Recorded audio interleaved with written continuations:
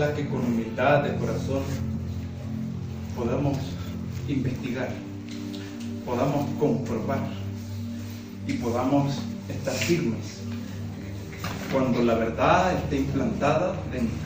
¿Sí? Otra vez quiero decir esto. Hay veces que lo que hablamos puede parecer un poco complicado de entender, puede parecer difícil de asimilar, lo ha sido para muchos. La cuestión es esta: estamos influidos por el maestro, no por la tradición, y quien está influido por la tradición no puede estar influido por el maestro. Son contrarios, ¿sí? Son muy contrarios los dos. Y muchos se van por la tradición y se olvidan del maestro. Y el maestro es indispensable, porque sin el maestro no hay comprensión de nada. Para mí lo más importante es el maestro. Es, como dijo el profeta, el prestar atención. Antes que ofrecer holocausto, antes que ofrecer sacrificio, antes que ofrecer alabanza, el prestar atención siempre va a ser lo más importante. El prestar atención. Y quien le prestó atención a la voz que habló a través de los profetas o a través de Cristo, ese va a entender. Quien no le prestó atención nunca a esa voz y le ha prestado atención a la tradición, no va a entender, ¿sí? Porque el lenguaje que dijo el profeta, dijo: hablaré en lenguaje desconocido, de modo que no entiendan. Voy a esconder muy bien la sabiduría, de modo que nadie la pueda interpretar salvo los llamados. Y ese es el dilema más complicado.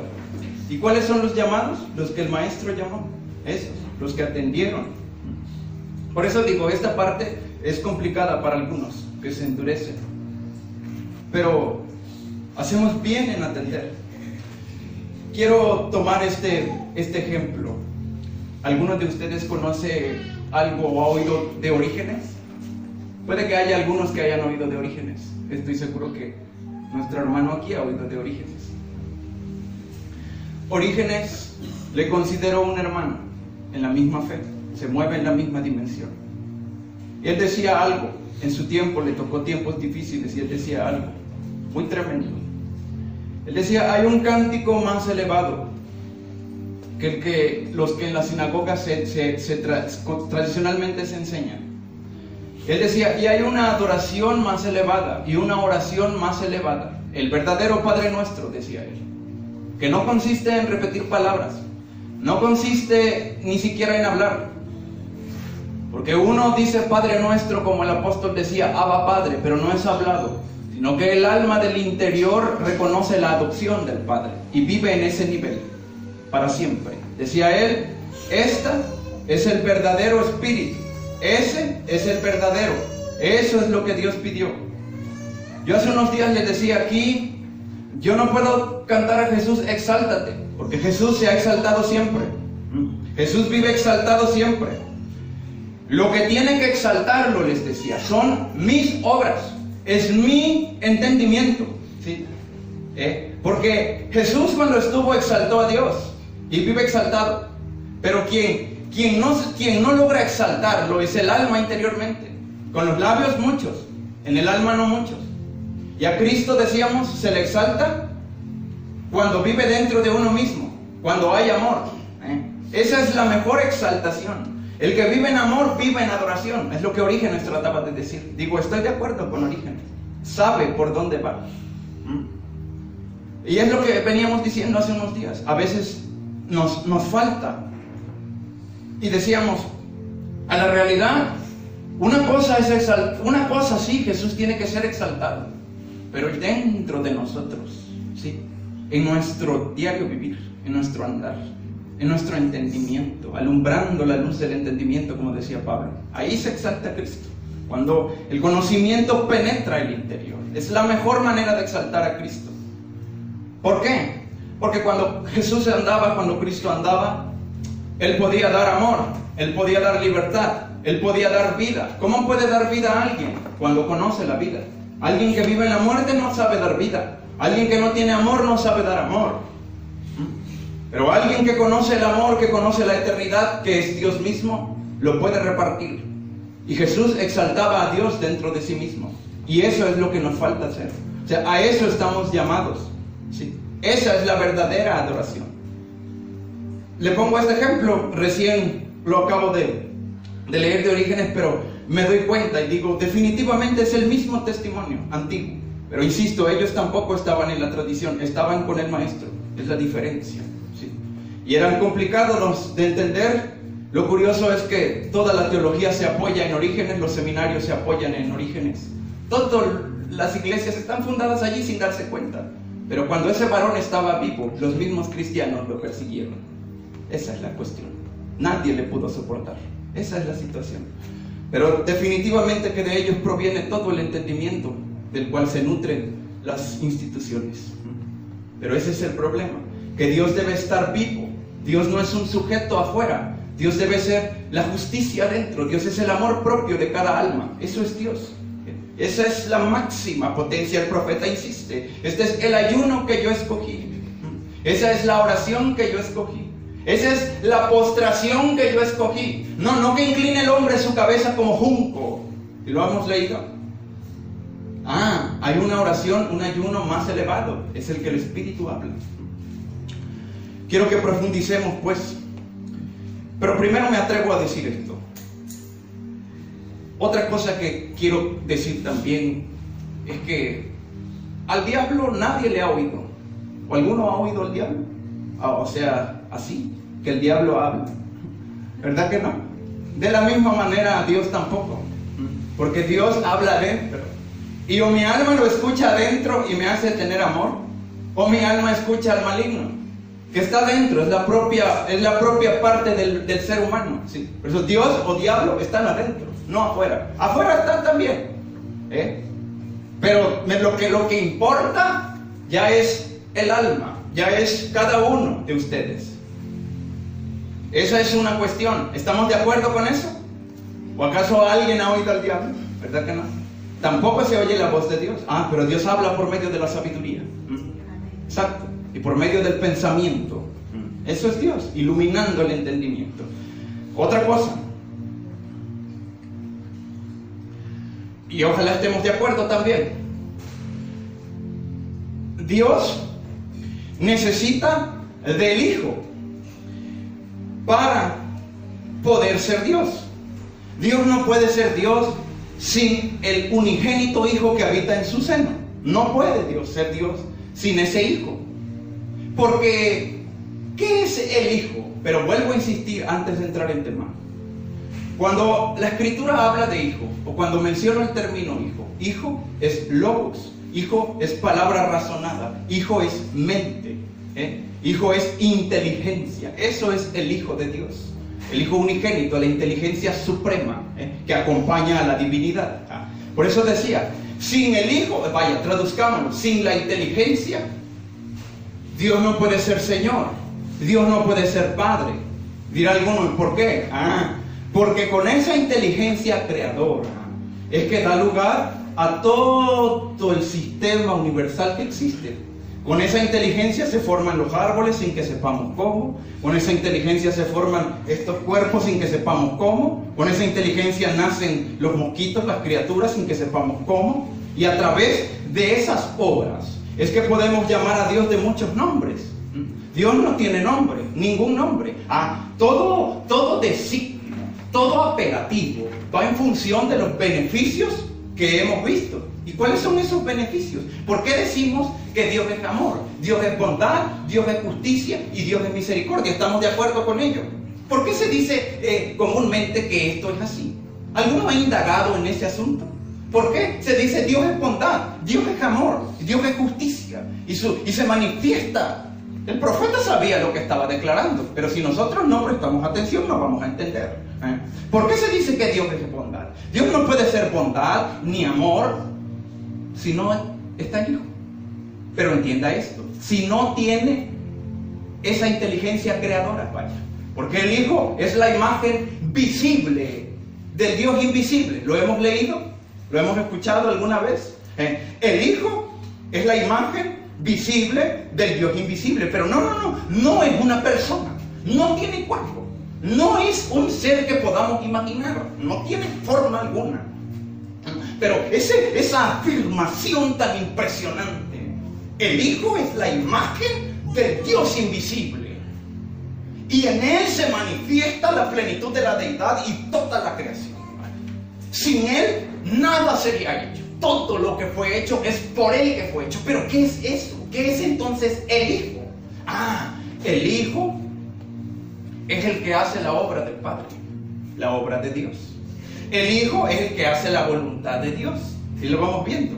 ¿Y por qué hace la voluntad de Dios? ¿Cuál es esa voluntad? Amor, justicia. ¿Y cómo la da? Da vida. Es justo. A cada criatura le permite respirar un momento. Y aunque podamos destruir una parte de la tierra, la intenta restituir al paso de los años, ¿cierto? Esa inteligencia está trabajando, está moviendo los vientos para refrescar en este instante. Eso es hijo a toda plenitud, ¿sí? A eso se refiere el término hijo. Logos, pues, palabra razonada, mente divina ejecutando. El Hijo, dije, es el hacedor de la obra de Dios, ¿sí? Es el arquitecto. Sin el Hijo, Dios no puede mostrar su amor, porque no existiría nada, ¿sí? ¿Sí lo entiende? ¿Entiende esto? Muy profundo tiene que entenderlo. Si no, no me va a seguir en todo lo que vamos a hablar. Sin el Hijo no puede haber nada. Es decir, sin su palabra, por medio de la cual son hechas todas las cosas. Eso es Hijo, Logos. Insistiré y seguiré insistiendo, porque esto a algunos les es complicadísimo comprender. Y ahí el error impresionante. No tiene forma, no es accesible, es eterno con Dios. Por eso llamamos Padre a Dios, por sus beneficios. Padre porque es Padre de toda criatura, todo. Amor, porque insisto, aunque podamos destruir algo, lo vuelve a restituir. Es justicia, porque hace salir el sol, sobre todo, da la lluvia, da el aliento. Si vamos siguiendo por qué las obras las hace el Hijo, cuando comprendemos ese término. Exactamente. Y es lo que quiero poner en claro también. El Hijo hace las obras del Padre. El Hijo ejecuta la voluntad de Dios. Vaya que la ejecuta. ¿Y cuál es esa voluntad? Dar vida, volvemos a decir. En eso se refleja, por eso decimos que Dios es bondadoso, Dios es amor, porque hace salir todo lo que vemos, sin que sepamos cómo. Hasta ahí podemos ver, ¿sí? Eso hay que comprenderlo muy bien, muy bien, para poder avanzar un poco más. Bueno, hace unos días veníamos hablando, y Jesús decía estas palabras cuando estaba: cualquiera que reciba a uno de estos niños como si fuera yo, a mí me recibe. Y el que me recibe a mí, no me recibe a mí, sino que recibe al que me envió. Posteriormente, Clemente de Alejandría. Clemente fue un discípulo también muy cercano. Él mismo decía que para entender los misterios era necesario oír directamente la palabra de Jesús, quienes tuvieron la oportunidad, o de alguno de los discípulos. Porque si no se oía directamente de alguno de los discípulos, iba a ser imposible penetrar en los misterios más recónditos que el Maestro enseñó. Ese era un consejo de un cristiano antiguo, ¿sí? Muy entendido también. Y digo, estoy de acuerdo con él. Vaya que sí. Era necesario tener al Maestro, es lo que estoy intentando decir. Y Jesús lo dijo: sea por mí, o sea que cualquiera llegue a encontrar un niño de estos que van en mi nombre, que son como yo, y entonces va a captar el mensaje. Si no se encuentra con eso, va a ser difícil. Se va a encontrar con la tradición. Otra cosa que quiero poner en alto antes de arrancarla, en verdad, es este apartado. En aquellos tiempos había un varón ya muy preocupado, que no es un varón, es el Espíritu. Estaba angustiado dentro de él, y por sus expresiones me puedo dar cuenta. Y decía: hay un detalle ya partieron, ya fallecieron los apóstoles. Y ya fallecieron los que fueron discipulados por ellos, los que fueron Cristo por elección, los que eligieron a Cristo directamente. Y ahora quedan otros, quedan los Cristos por herencia, decía él. ¿Y eso cómo es? Que ya no están los originales, ahora quedan los hijos de esos papás que en su momento comprendieron. Y el hijo ya no es igual al papá. El hijo ya está envuelto por otra vez por tradiciones, ya está envuelto otra vez por el mundo. Ya no tienen el fervor de los primeros. Y él decía, eso es lo complicado. Una cosa es ser discípulo de Cristo eligiendo uno mismo ser discípulo, esa es la cuestión. Y otra es que me contaron lo que Jesús hizo, que me contaron lo que la gente ya entendió y me uno a eso. Y eso es lo que les decía al principio. Y créanme, hay un peligro. Posteriormente el Evangelio no se enseñó como los verdaderos discípulos lo enseñaron. No se enseñó como el mismísimo Maestro lo enseñó. Y ese es el problema más grave, y lo que hemos intentado aquí hacer es componer ese sendero. Y a eso vamos. Y lo vamos a oír y lo vamos a ver. El que quiera verlo lo va a ver. Y maravilloso, dichoso el que pueda oír, el que logre penetrar en estos dichos, en estas palabras, las que el Espíritu revela. Porque ese alcanza la inmortalidad, ese alcanza la salvación. Porque solo la palabra, solo Dios puede dar la salvación al hombre. Solo Dios. Cuando Dios ya está dentro, la salvación ya está. Si Dios no está, la salvación no está. La salvación no es algo futuro. Es lo que debe de acontecer ya.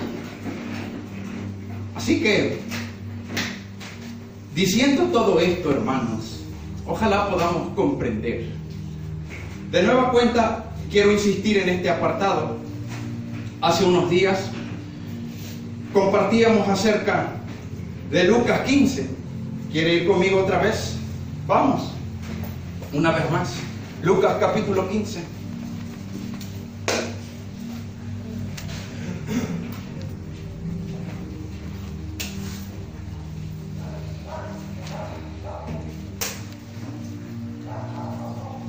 Antes de leer capítulo 15, verso 1, antes de leer estos breves pasajes, voy a insistir en esto y ojalá podamos captar. El hombre de Dios es lo mismo que el nacido del Espíritu. Es lo mismo que el templo de Dios. ¿Sí me siguen hasta allí? En los tres términos. Hombre de Dios, nacido del Espíritu y un templo de Dios. Es exactamente lo mismo. Cuando Jesús de Nazaret comenzó a predicar, hubo un acontecimiento antes de eso. ¿Sabe cuál fue? Y ojalá podamos comprender. ¿Cuál fue? El bautismo. Fue bautizado y se levantó e inmediatamente es allí cuando empezó a predicar. Es cuando el Hijo estaba en plenitud. ¿Sí lo hemos visto? En el instante en que Jesús terminó de ser bautizado en agua, había un bautismo invisible que estaba aconteciendo dentro, el cual la gente no podía ver, el cual los fariseos no pudieron ver, el cual, como dice Pablo, estaba velado al entendimiento de los demás. Porque de haber tenido entendimiento no le habrían matado. Estaba velado lo que le estaba ocurriendo a Jesús. ¿Sí? Pero ocurrió totalmente. En ese instante Jesús fue bautizado por algo más, por el Espíritu. El bautismo en agua es poca cosa. Como decía también hace un tiempo nuestro hermano de este varón que reconocía la verdad,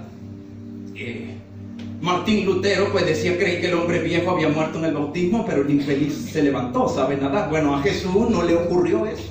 ¿Sí? En Jesús, el hombre viejo no existía. Pues ¿sabe por qué? Porque no solo fue un bautismo en agua como las tradiciones después lo hacen, y es lo que he estado diciendo. Además del bautismo en agua, que todo el mundo lo practica, hay un bautismo más profundo que es en el Espíritu, y ese es el que estoy enviado a enseñar. Es en el Espíritu. Ese es el verdadero secreto. Y eso le ocurrió a Jesús. Salió en el instante en que salió. Se convirtió en templo de Dios y empezó a predicar. ¿Estamos de acuerdo? En el instante en que fue bautizado. Pero esto es lo que yo venía diciendo. Exacto. Por eso la verdad el bautismo es bueno. Pero cuando a alguien le ocurra lo que le ocurrió a Jesús, el bautismo es bueno. Si no le ocurrió lo que le ocurrió a Jesús, el mismo entendimiento, la misma potencia, es decir, Dios encarnado, no sirve, ¿sí? Porque ese era el secreto, que en ese instante ese muchacho, quienes sus familiares no conocían, estaba lleno de Dios. Estaba Dios dentro, era la deidad de Dios allí, pero no lo podían ver, ¿sí? Y prueba de que no lo podían ver, es por eso que los llevo a Lucas 15. Dice el verso 1, se acercaban a Jesús todos los publicanos y pecadores para oírle. Era tremendo en la enseñanza. Y los fariseos y los escribas, esto puede interpretarlo como la gente religiosa tradicional, pero murmuraban, dicen los escribas y los fariseos de él, y esto era lo que enseñábamos. Murmuraban diciendo, este a los pecadores recibe y con ellos come. Y yo les insistía mucho en esto. Cuando Jesús estaba en cuerpo, era muy difícil oír, era complicadísimo. Y Jesús no toleraba cualquier cosa. Enseñaba con una justicia tremenda. Y era bastante complicado de entender. Prueba en este verso. La gente que le oía, que no le comprendía, se enojaba contra él. Y pensaban que era un hereje, que era un blasfemo. Aquí lo dice la Escritura. Dice, siempre pensaron esto de él. Este con pecadores anda. Otras veces decían, este solo es un hombre comilón, que come pan, bebe vino. Comilón, amigo de publicanos, pecadores, que anda en malos pasos. No podía soportarse la idea de que Jesús de Nazaret fuera hijo de Dios, que Dios estuviera en él. Era demasiada la ofensa ante quienes oían, era insoportable. Ese fue el crimen, he dicho, de Jesús para la gente que le oyó. No le supieron entender. Era tan inocente. Él quería traer el reino de Dios. Él inició que les ocurriera lo que a él le ocurrió. Eso es el reino de Dios. Jesús está gobernado por Dios. Cuando digo Jesús me refiero al cuerpo que la gente decía, ese es Jesús, el hijo del carpintero. Ese está gobernado por Dios. Ese tiene el reino de Dios. Ese oye la voz de Dios adentro. ¿Cómo la va a oír si los escribas y fariseos no la pueden oír? Se la pasan leyendo. Esa es la diferencia. ¿Por qué la puede oír? Porque le digo, fue bautizado en espíritu. Y eso significa que literalmente se convirtió en un vehículo de Dios. Le decía al principio, el Hijo hace las obras del Padre. Y aquí le intentábamos demostrar lo siguiente. Estos fariseos, cuando veía que predicaba estas partes, y lo decíamos hace unos días, soltó una parábola diciendo que una oveja se perdió y cuando fue recuperada hubo gran gozo. Y decía, así hay fiesta en los cielos cuando un pecador se arrepiente. No le soportaron esa, lanza otra parábola y dice, a una mujer se le perdió una dracma, barrió, encendió la luz, buscó por todas partes hasta que encontró la dracma. Cuando la hubo encontrado, llamó a sus vecinos, vengan todos para acá, e hizo una gran fiesta. Así les digo que hay gozo en los cielos cuando un pecador se arrepiente, decía. Pero los publicanos y fariseos seguían molestos con él.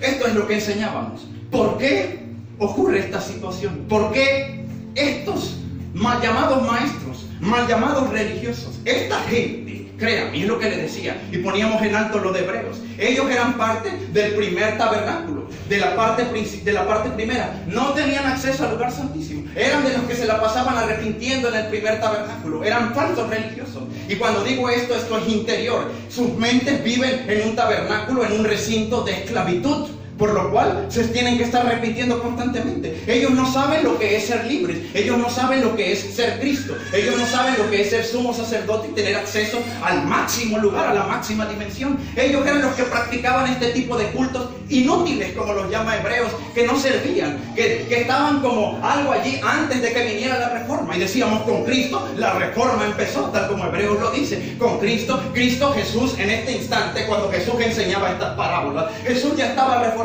Jesús ya estaba transformado, era un revolucionario espiritual tremendo. Jesús podía ver, los fariseos no podían ver. ¿Por qué Jesús podía ver? Jesús está encantado. Yo le decía, ¿quién es un morador de los cielos? Jesús era morador de los cielos. Más tarde, Pablo se hizo morador de los cielos. Más tarde, Juan se hizo morador de los cielos. Esto es la libertad. Esto es que mi alma mora en la divinidad. Esto es lo que decía al principio. Moradores del amor, moradores de la justicia, moradores de Dios, es decir, Dios en ellos, moradores de la eternidad. Eso significa moradores del cielo. Jesús ya lo era. Jesús con ese amor quiso ir a rescatar a estos. Pero los mal llamados religiosos no podían tolerar que Él pudiera perdonar a gente tan baja, a gente que toda la vida se la había pasado cometiendo tanta injuria, y ellos que tanto tiempo habían dedicado, ellos sí hacían los rituales que Hebreos describe, no podía tolerarse. Era demasiado. Pero aquí es donde está lo curioso. El mismo profeta antes había dicho, si alguien se gloría, gloríese en conocerme, que mía es la justicia, mía es la bondad, mía es la misericordia y mía es el amor. Lo hemos leído. Se supone que estos varones debían saber eso, ¿cierto? Eran escribas y fariseos. Ahora aquí es donde está la cuestión más tremenda. ¿Quién dijo esa frase de mía es la justicia, mía es la bondad, mía es la misericordia? ¿Quién la dijo? Dios. Es la palabra de Dios. ¿cierto? O sea, Dios es bondad, Dios es amor, Dios es justicia, Dios es misericordia. Debían saberlo. Este es el detalle. Que para ellos Dios es un sujeto afuera. Para ellos era intolerable que Dios pudiera estar dentro del alma. Por eso había que buscarlo afuera. Y Jesús no, Jesús está adelantadísimo. Jesús va pero volando por delante. Él no va a esperar a que Dios esté afuera. Él sabe que hay necesidad. Él sabe que hay falta de amor. Él sabe cómo viven en este mundo lleno de celos, de posesiones, de envidias, de engaños, de cargas. Él sabe todo eso. Él puede ver. Y en Él se encarnó la justicia, la bondad, la misericordia, el amor de Dios. Pero decían, ¿quién es este hombre que puede perdonar? ¿Sabe por qué Jesús podía perdonar? He insistido, porque era vehículo de Dios. Dios es eso. Pero dése cuenta la postura de estos hombres. Creían que Dios es un personaje de quien sale el amor, la justicia, la misericordia. Tiene que ser alguien allá afuera al que le rendimos culto, decían los fariseos. Tiene que ser alguien allá. No puede ser ese muchacho. Pero yerran porque, insisto, veían el cuerpo, siempre mirando cuerpos. No se dan cuenta que la voz que hablaba en Jesús, el amor que salía de ese cuerpo al que ellos llamaban Jesús, hijo del carpintero, era el Dios a quien ellos adoraban. La cuestión es, ¿por qué si están viendo a Dios ejecutar amor, ejecutar misericordia, sabiduría, por qué no pueden alabar eso? ¿Se da cuenta cómo es la ceguera? Es lo que les decía. Aquí se les presentó el amor, se les presentó la justicia y la libertad y no la supieron identificar. Jesús intentó poner defensa. Obviamente esto tiene que ser comprendido. Hace unos días les decía, ¿se dan cuenta? ¿Quién murió? Jesús murió por enseñar estas cosas, por ayudar a los demás, por predicar. Murió predicando, murió enseñando justicia. Fue martirizado por esa causa. Jesús murió, pero yo le decía esto, pero murió el Hijo, murió el Logos. Imposible, no puede ser.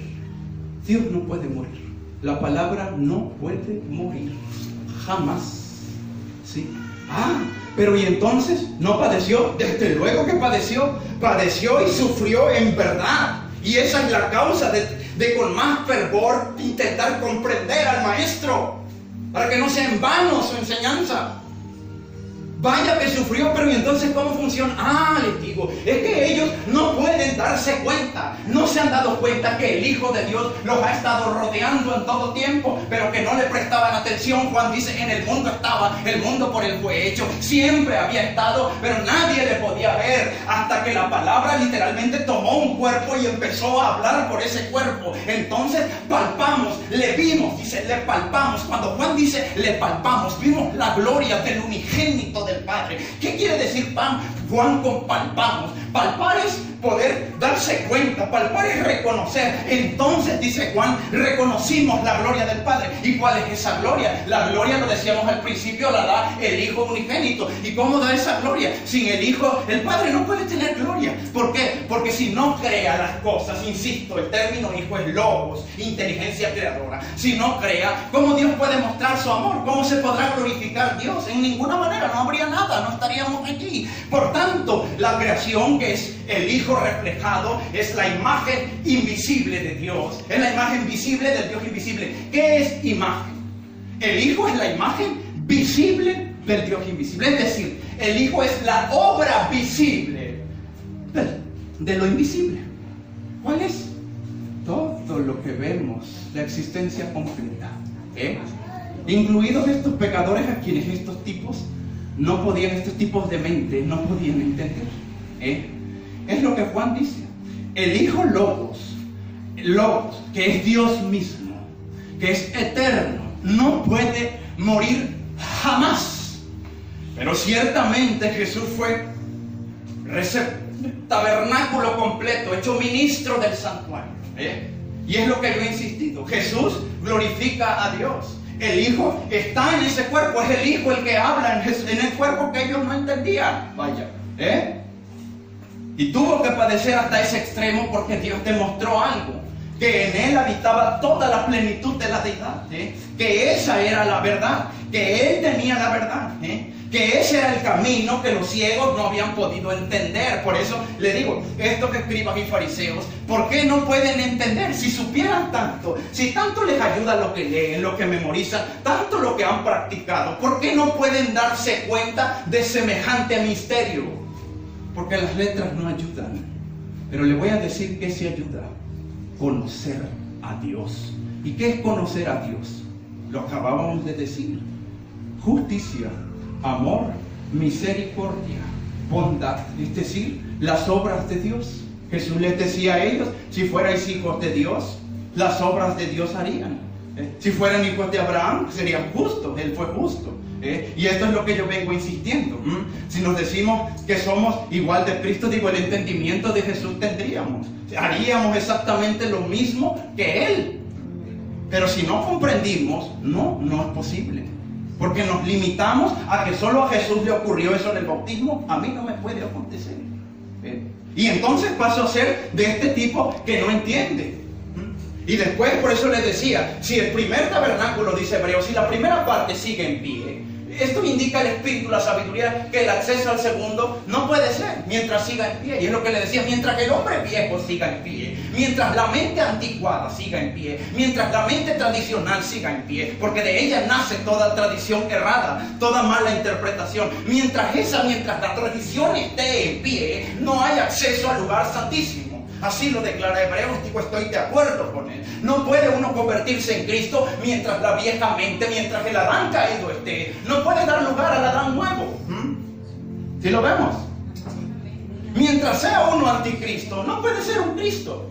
Estos eran anticristos, estaban contra Cristo. No pueden tolerar que esto sea así. No pueden verlo. Todo esto veíamos. Y les decía, pero ¿se dan cuenta la felicidad, la dicha de la inocencia, de la verdad?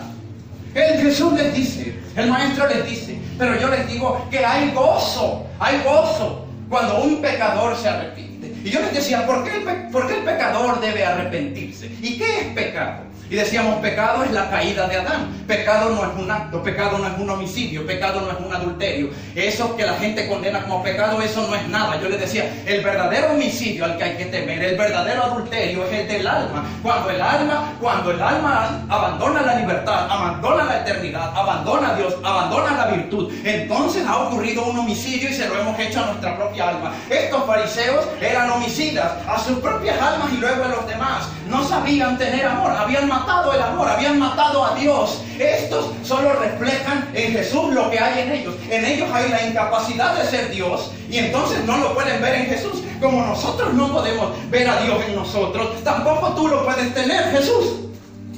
¿Sí lo vemos? Vemos cómo es la mente vieja. Es incapaz de aceptarlo. ¿Por qué? Porque toda la vida han sido adiestrados de otra manera.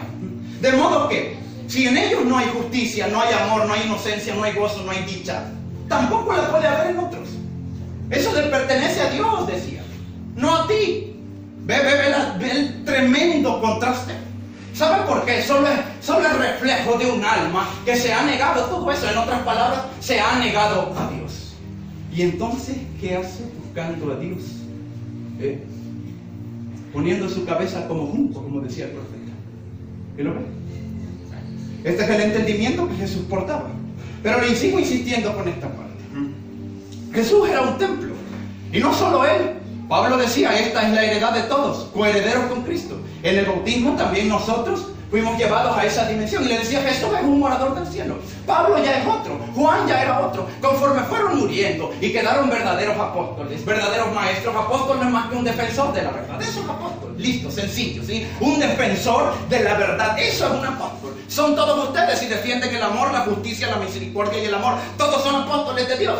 Si no pueden defender eso y están como los fariseos, no pueden entenderlo tampoco. Pero esto es sencillo. Entonces, continuamos diciendo esto. Pablo después intentó discipular a Timoteo. Juan con lo que podía y redactaba lo que podía y les enseñaba con amor y con justicia a fin de llevar a todo hombre perfecto a la imagen que es Cristo, la imagen que Jesús tenía. Que todos les ocurriera lo que a Jesús les ocurrió, que todos se volvieran un ser con Cristo, que todos se volvieran niños del jardín, que todos se volvieran Adanes nuevos. Porque si por un hombre entró la muerte y reinó, ¿Cuál es ese hombre? Adán viejo. No, ni nos imaginemos al Adán que la Escritura describe. Observe la mente vieja. Observe la mente con la que fuimos criados. Ese es Adán. Adán es toda una humanidad. Así por otro hombre entró la vida. ¿Cuál es el otro? Cristo. El Logos de Dios. Por eso es indispensable que el Logos se encarne. Que sea uno engendrado no de simiente corruptible, sino, como decía Pedro, de la palabra. ¿Sí? Todo esto ellos lo manejaban muy fácilmente. E insisto, eran todos igual. Por eso Clemente de Alejandría, como cité al principio, decía, es necesario oírla directamente de uno, sea Jesús, sea el Señor, decía él. ¿Por qué Clemente sí podía decir que Jesús era el Señor? ¿Por qué? Porque Clemente no conoce a Jesús con la carne. Él ya se dio cuenta, ese cuerpo al que no entendíamos, ese no es. Lo que había dentro, esa gloria palpable, a quien la puede palpar, quien dentro la palpa, eso es Dios. ¿Sí? Y sea que lo reciba de él, o decía él, sea que lo reciba de la predicación apostólica o de cualquiera de los maestros que han sido influidos, en la misma palabra va a ser hueco, porque es Dios quien salva. ¿Sí? Por eso mencionaba esos pasajes. Le digo, todos ellos tenían ese interés. Eran todos niños de la misma dimensión. Eran todos los niños que Jesús describía. Eran todos los Adanes nuevos. Todos ellos. Pero los perseguían terriblemente por esta cuestión. Si al maestro persiguieron, la gente que no comprendía, a todos los Adanes también. Jesús lo decía. Vendrá el tiempo en que los matarán pensando en que rinden culto a Dios. Y no a todos los mataban físicamente. Se mata con el alma. Se mata aborreciendo. Se mata rechazando. Así de simple. Así se mata. Es adentro. Pecado no es un acto. Pecado es equilibrio interno. Pecado es toda la malformación que viene desde la infancia. Todo eso es pecado. Pecado es lo que me separa de Dios. Pecado es lo que me impide ser Cristo. Pecado es lo que me impide que me ocurra lo que el bautismo en Jesús sí ocurrió. Si lo vemos. Eso es pecado. Es desequilibrio interno que evita el equilibrio interno. Y cuando uno está fuera del pecado, está en el jardín, se vuelve Adán otra vez. Eso es estar libre, eso es experimentar la paz. Y Adán no tenía carga, no tenía problema. Pero alguien lo arrastró. Fue envenenado poco a poco, fue seducido y vámonos, cayó. Lo mismo les pasó a estos fariseos y no se dan cuenta. Ellos cuando niños no tenían esa malicia de condenar a los demás. Poco a poco, esta sociedad que es Eva y el mundo que traen adentro los que ya estaban grandes, que eran sus antepasados, esa es la serpiente. Fueron influidos a como los papás hacen, así nosotros. Así nosotros. Nos costó que nos aceptaran, nos costó sacrificio. Hemos tenido que demostrar a nuestros papás que valemos, hemos tenido que demostrar a las muchachas que valemos, a los muchachos que valemos, a las escuelas que valemos. Pareciera que en esta vida hay que demostrarle a todo el mundo que uno vale algo, porque si en esta vida no te esfuerzas por valer algo, pareciera que no estás vivo. Por lo tanto, el alma siente una tremenda inquietud por agradarle a alguien, por caerle bien a alguien, por recibir aprobación de alguien, sea económica, sea social, sea educativa, sea de Dios. Pareciera que uno vive así. A esos fariseos les pasó esto de niños. No se pueden dar cuenta cómo piensa el Adán nuevo. El tremendo contraste. Jesús lo puede ver. Y Jesús desde su altura, desde su plenitud, les suelta tremenda afirmación. Les dice, hay gozo en los cielos cuando un pecador se arrepiente. Esto es decir, cuando Adán regresa al jardín, cuando nace un niño, cuando nace la verdad en el alma, cuando hay un nuevo nacimiento, hay gozo en los cielos. Pero ¿por qué Jesús dice eso? Yo le decía, Jesús vivía gozoso, Jesús vivía en paz. Jesús no tenía la necesidad de hacer lo que los demás hacían. El mismo evangelista dice que le criticaban, ¿por qué tú no haces como los discípulos de Juan? Y él decía, ¿cómo puede hacer quien está de fiesta semejante cosa? Yo estoy festejando, les decía. Eso les caía mal al resto. ¿Por qué ese muchacho no lo hace? Porque está iluminado. Así de simple. Porque vive la deidad allí. Y porque él conoce el verdadero ayuno. Y créame que el verdadero ayuno sí lo hacía. Iba enseñando con justicia, iba enseñando con amor, iba haciendo esto. Jesús aquí está haciendo el verdadero ayuno. Está levantando, está perdonando, está dando amor, está dando lo que sabe, está dando vida. Quien está muerto no puede dar vida. Quien no tiene amor no puede dar amor. Quien no tiene a Dios no puede dar sabiduría. Jesús lo tiene, Jesús lo lleva dentro, lo está dando, lo está repartiendo por donde quiera que iba. No perdía oportunidad, va por todas partes y lo intenta. Él sabe cómo ha vivido el corazón del hombre. Él conoce lo que hay en el hombre. Él conoce lo que hay en el Adán viejo. Posteriormente sus discípulos entendieron lo mismo y con el mismo fervor intentaban hacer entender esto a todo el mundo. ¿Qué? Eso es el verdadero ayuno. Eso es oración. Eso es adoración. A eso se refiere Orígenes. ¿Qué? Si lo vamos viendo. Pero continúo con esto. Ellos no lo pueden ver. Han perdido la dicha, han perdido el amor, han perdido a Dios. Eso es perder a Dios. Y yo sé que los judíos lo buscaban. Estos fariseos eran, me imagino, de los primeros que estaban buscando a Dios en los sacrificios de los tabernáculos. Los primeros que asistían a los cultos que Hebreos describen, como hemos estado hablando profundamente. Eran los primeros, estos eran los primeros religiosos. Pero han matado a Dios, es lo que digo. ¿Por qué mataron a Dios? Y ahora lo tienen que buscar. Jesús no lo mató, Jesús lo lleva adentro. Jesús se goza y Él dice esto: yo estoy de fiesta. Los que son de los cielos están de fiesta. En los cielos hay fiesta, en la libertad hay fiesta, en el amor hay fiesta. En ustedes no hay fiesta, les dice a los fariseos. Y créanme, yo les digo que cuando un pecador se arrepiente, cuando un alma experimenta la libertad, cuando un alma experimenta a Dios, cuando un alma experimenta la plenitud, cuando un alma experimenta la eternidad, cuando un alma se llena de amor, cuando un alma se llena de justicia, cuando un alma ve que todos sus errores no son más que consecuencia del cimiento desde la niñez, que su corazón fue influido y no hubo quien le dijera: estás bien así, no necesitas convertirte en alguien, no necesitas impresionar a nadie, no necesitas tener la aprobación de nadie, ni siquiera de Dios. Dios no es canjeador, Dios no es negociador. Dios no da vida porque le convenga ni porque pida algo de nosotros. La da por amor, la da para que le imitemos, la da para que le comprendamos. Estos fariseos no entendían nada de eso. Jesús con gracia va dando vida. Pablo después escribe: la salvación es por gracia, está dentro de ustedes, es por gracia. O su alma se pierde, está perdida, o su alma está salvada. Depende de cada uno de ustedes. ¿Sí? No es por obras como la gente pensaba. No es por castigarse, por ponerse duro. Pablo es igualito al maestro. Ahí va. Entiende la misma plenitud, es la misma divinidad, es el mismo Dios hablando. Por supuesto, la gente incrédula. Estando Pablo perseguido, apedreado, abofetado, después le respetan. Estando Orígenes, apedreado, murió martirizado, después le veneran. Estando Jesús, hay que matarle, después se le levanta un culto. ¿Sí lo ven? Este es el error. Y esto es lo que trato de enseñar. Hay algo más, y es Dios. Es Dios dentro del alma. Es Dios a profundidad de comprensión. Ese es el verdadero hombre de Dios, el verdadero hombre nacido del Espíritu, el reino de Dios encarnado. Eso tiene que acontecer. El maestro insistía: de cierto os digo, que si no naciera este agua y del Espíritu, no puede ver el reino de Dios. ¿Por qué Jesús suelta esa afirmación? Porque Él apenas vio el agua, vio el Espíritu. Y ellos no.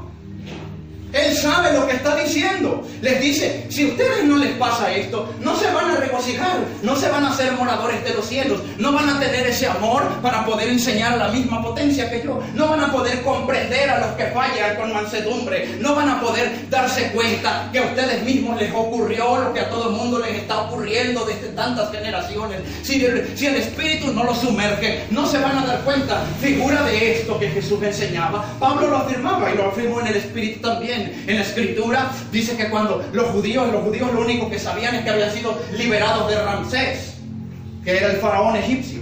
Hace unos días les decía esta parte: ¿por qué los judíos querían matar a Jesús cuando les decía que mejor comieran su carne de él, que el que comiera su carne iba a tener vida eterna? Yo les decía: porque ellos solo saben de comer cordero en Pascua. ¿Y qué es ese símbolo del cordero en Pascua? Cordero en Pascua era el símbolo que se supone les haría recordar que fueron librados de la muerte. Si están de acuerdo con eso, lo han leído. Era el símbolo, ¿cierto? Era un símbolo recordatorio de: acuérdate del día que fuiste librado de la muerte. Pero estas personas solo pensaban exteriormente, materialmente. Por dentro estaban muertos. Por dentro no estaban librados de la muerte. Ni por más corderos de Pascua que comieran todos los años, ni por más sacrificios, ni por más que siguieran escribas y fariseos estudiados, no estaban vivos. No habían sido librados de la muerte. Una cosa puede librar de la muerte: la palabra. Por eso Jesús les decía: cómanme, cómanme. La sabiduría les habla: cómanme, cómanme. Quien me coma tendrá vida eterna. Ese no verá muerte. No, física, todo el mundo la ve. Física, uno muere como las hojas de los árboles caen. Eso es algo ordinariamente normal. La muerte más terrible es la pérdida de virtud, es el extravío de Adán en el mundo. Jesús sabía cómo pensaban los judíos. Y él sabía, Pablo también lo sabía, que ellos solo veían las cosas muy superficialmente. Solo tenían eso, echaban un canto después de que cuando fueron sacados de Egipto. Y la escritura narra que pasaron entre el agua y que la nube venía atrás. La nube o la llama solo representa a Dios y los separaba de los egipcios que venían atrás, y lo hemos leído. De modo que los resguardaba de este lado y tenían que pasar. Cuando pasaron, cantaron, ¿sí? Pero al ratito murmuraron contra Dios y contra Moisés. ¿Sabe por qué? Porque fueron sumergidos. Esto es símbolo del bautismo, nada más. Y ahí se vería la figura ya, es símbolo. Pero fueron sumergidos en agua nomás. Pero sus mentes seguían pensando en Egipto, es decir, en el viejo hombre, es decir, en el viejo pacto, en el viejo mundo, en sus antecedentes, en su manera de pensar, ¿sí? Eso es Egipto, mundo, ilusión, ¿sí? Su ego, están hinchados de ego, de yo. El yo es el conjunto de fortalezas internas con el que nos criamos desde la niñez. Eso es el yo. Mi percepción, mi prejuicio, mi objeción. Todo eso, el mí del viejo hombre. Porque el viejo hombre no puede tener amor. ¿Por qué el viejo hombre no puede tener amor? Porque le impusieron también, le robaron la libertad cuando empezó a crecer. Lo forzaron, lo obligaron. A estos fariseos eso les pasó. Ya no conocen eso. En Egipto los trataban como esclavos. Están marcados mentalmente a volver allí. Están marcados mentalmente, espiritualmente, psicológicamente. No conocen el bautismo espiritual. Jesús veía esto. Por eso les hablaba de ese modo. Él sabe cómo vive cada ser humano aquí. ¿Sí? Pero quiero ir más profundo para que se comprenda muy bien todo esto, hermanos. Otra vez, quiero insistir con esta parte. En una ocasión, oí a un sabio decir que había una comunidad muy primitiva en un valle, donde cuando nacían los niños, una mosca iba y les ponía una toxina, un veneno, y quedaban ciegos. Más tarde, los niños preguntaban: ¿qué es la vista? ¿Qué son esos de los ojos? Yo les decía, en este caso se entiende, porque es lamentable. Esa comunidad empezó a crecer y todos crecían así. Por eso no podían ver. Les decía, pero el mismo sabio que contaba esta tremenda historia es el mismo sabio que cuenta otra también extraordinaria, y es la que hemos venido hablando. ¿Cuál es esta? En aquellos tiempos, dice, el rey Nabucodonosor levantó una estatua erigida y mandó que todos la adorasen. Y el pregonero salió y dijo que todo pueblo, tribu, lengua, nación se incline ante esta imagen del rey, y quien no lo haga, inmediatamente será lanzado a un horno de fuego. Por lo cual toda nación, tribu, lengua se postraba ante la imagen. Apenas el sonido de la zampoña, del salterio y de todo instrumento musical apenas susurraba en sus oídos, ya estaban programados para ir y postrarse. ¿Por qué la gente lo hacía? Porque era aparentemente la manera de salvar la vida, era la manera de sobrevivir. Tenían que vivir postrados a la dictadura de ese tirano, Pero decíamos de esto extraordinario, es que hubo 3 muchachos que se resistieron. Eran rebeldes ante la orden del rey. Le molestó al rey, dice la escritura, que se demudó de rostro cuando oyó. No le pareció. Dijo, ¿será posible que esto sea así? Este rey que levantó esto no sabía de este asunto. Pero dice la escritura que unos maliciosos de los caldeos, de los moradores de ese mundo, fueron y los acusaron ante el rey. ¿Sí? ¿Estamos de acuerdo hasta allí? ¿Me sigue? Fueron maliciosamente, dice, hombres impíamente fueron y los acusaron, los delataron. Le dijeron, rey, tú mandaste que se haga esto así. Y por ahí hay 3 rebeldes que no te honran. Inmediatamente el rey dijo, tráigamelos para acá. Y les dijo, es cierto esto que he oído, es verdad todo esto que oigo, es lo que ha llegado a mis oídos, que ustedes no honran lo que yo digo, no honran esto, no hacen lo que los demás. ¿Verdad que a la siguiente vez que oigan el sonido, el salterío, la zampoña, se postrarán ante la imagen que está erigida, al cual todos se postran? Y ellos dijeron, oh rey, ni siquiera es necesario que te respondamos a esta cuestión porque no lo haremos. Y yo les decía, ¿cuál es lo sorprendente? Que por no hacerlo, el rey demudó su rostro inmediatamente. Mandó que los atasen con los turbantes, dice la sabiduría, y los echaron al horno. Pero le decía que es lo sorprendente, la tranquilidad con la que estos tres respondieron, su inocencia, y que no estaban preocupados por ser lanzados a un horno de fuego. No, para ellos era mejor estar en el horno, en ese recinto de fuego, que estar afuera. Para ellos era tranquilo. Y le digo, lo sorprendente es que al entrar en el recinto, en lugar de ser quemados, dice la escritura que daban vueltas y se paseaban, y que había uno con aspecto de hijo de hombres, como imagen de hijo de Dios, de hijo de los dioses, que estaba danzando con ellos y estaban alegres allí, por lo cual el rey se asombró y dijeron, pero qué cosa está aconteciendo. Todo esto tenemos que profundizar tremendamente otra vez. Yo le digo exactamente, les decía hace unos días, ese pregonero no se cayó desde ese instante. Ese pregonero sigue y sigue dictando, sigue y dando orden. A la imagen se tiene que postrar. Y les decía, desde niños Jesús sabía que estas personas a quienes él estaba intentando iluminar, desde niños viven postrados. Para sobrevivir tenían que probar que son importantes. Tenían que probar a los papás que se ajustan a los estándares, si no afuera de la casa. Tenían que demostrar a la sociedad que cumplen, si no para afuera. Tenían que demostrar a la pareja que pueden ganársela. Tenían que demostrar a todo, a veces hasta el clérigo, que uno puede ser parte. Orígenes tiene que demostrarnos que puede ser parte. Por eso lo expulsaron, porque no podían con Orígenes, no pudieron con estos rebeldes, no pudieron con Jesús. Hace unos días les decía, un verdadero sabio va a menospreciar todo lo que atente contra la libertad. Y no me esté mirando mal, el mismo Pablo lo decía, donde está el Espíritu del Señor, allí hay libertad. Y de ese sabio estoy hablando. Ese sabio es el que inspiró, ese sabio es el que habló por Jesús, ese sabio es el que habló por Orígenes. Donde está ese sabio, allí hay libertad. Y no hablo de este lugar, debe estar dentro de todos ustedes, debe estar latiendo allí, debe fecundar al hombre nuevo, debe hacer ver al hombre nuevo, debe sacarlo para adelante al hombre nuevo, debe enseñarle en dónde está el problema, debe hacerle ver toda la realidad, debe señalar en dónde está el asunto. Desde niños vive postrado allí, es la única forma. Unos hombres maliciosos, así hicieron estos hombres maliciosos con el Cristo. Apenas vieron su manera de actuar, es rebelde a nuestro sistema, es rebelde, a estos hay que condenarlo. Este no se postra a nuestro ego. El ego es la imagen, el hombre viejo es la imagen. Así como el Hijo hace la voluntad del Padre, decía al principio, el Logos realiza la voluntad del Padre, hace la obra del Padre. ¿Cuál es la voluntad de la obra del Padre? La obra de Dios, amor, bondad, misericordia, justicia. Solo el Hijo la puede hacer. Dios, pues Dios mismo, Dios estaba en Jesús, lo podía hacer. Ellos no lo pueden soportar. Ellos maliciosamente van y le acusan, le reportan con los encargados y dicen, este está fuera de control, hay que frenarle. No pueden ver la profundidad a la que se mueve un Adán postrero. Él es libre. Jesús dice, hay vida donde yo estoy, vengan a mí. Si lo entienden, estarán llenos de gozo. Hay fiesta, hay gozo cuando un alma alcanza la libertad, cuando un alma se arrepiente.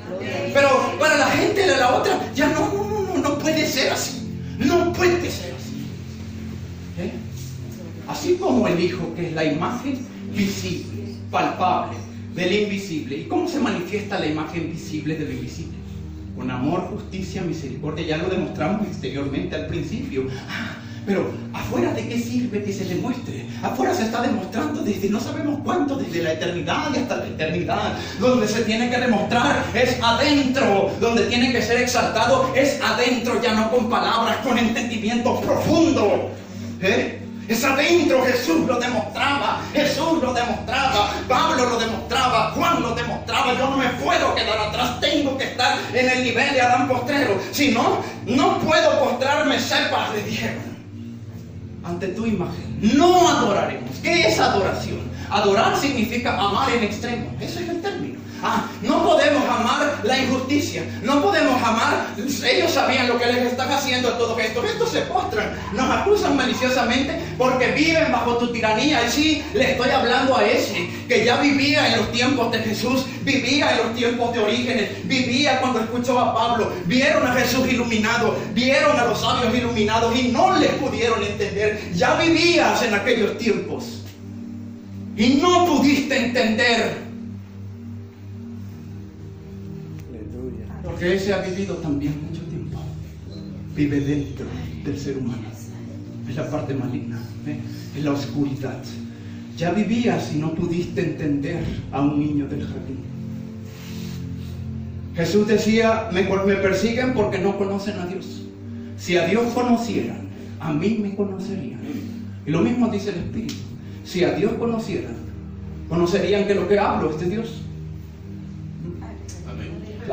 Pero si conocemos a Dios por las letras, por la tradición, no lo van a ver. No se puede ver. Conocer a Dios no es leer, no es memorizar, no es ser parte de ningún sistema siquiera. Conocer a Dios es volverse un templo de Dios, dije al principio, es volverse un hombre divino, un hombre de Dios, un nacido del Espíritu. Ese conoce a Dios, el justo conoce a Dios, el sabio conoce a Dios, es el mismo Espíritu de ellos hablando. ¿Sí? ¿Pero qué le dijo el rey? No, en verdad no lo hacen, acusados por los maliciosos, dice. Pero me llama la atención esta tremenda historia. ¿Por qué estas personas maliciosas, quiero hacer énfasis allí, iban a reportar a Sadrach, Mesach y Abednego, que son símbolos de Cristo, nada más? ¿Por qué los reportaron?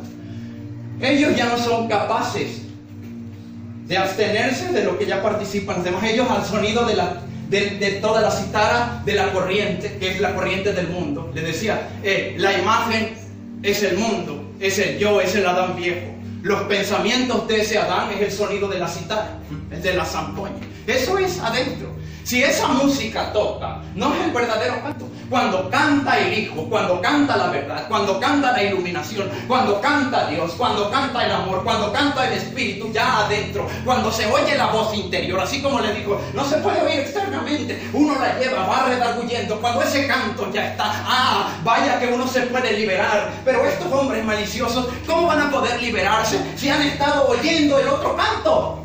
Ellos no pueden oír el canto que Sadrach, Mesach y Abednego oyen.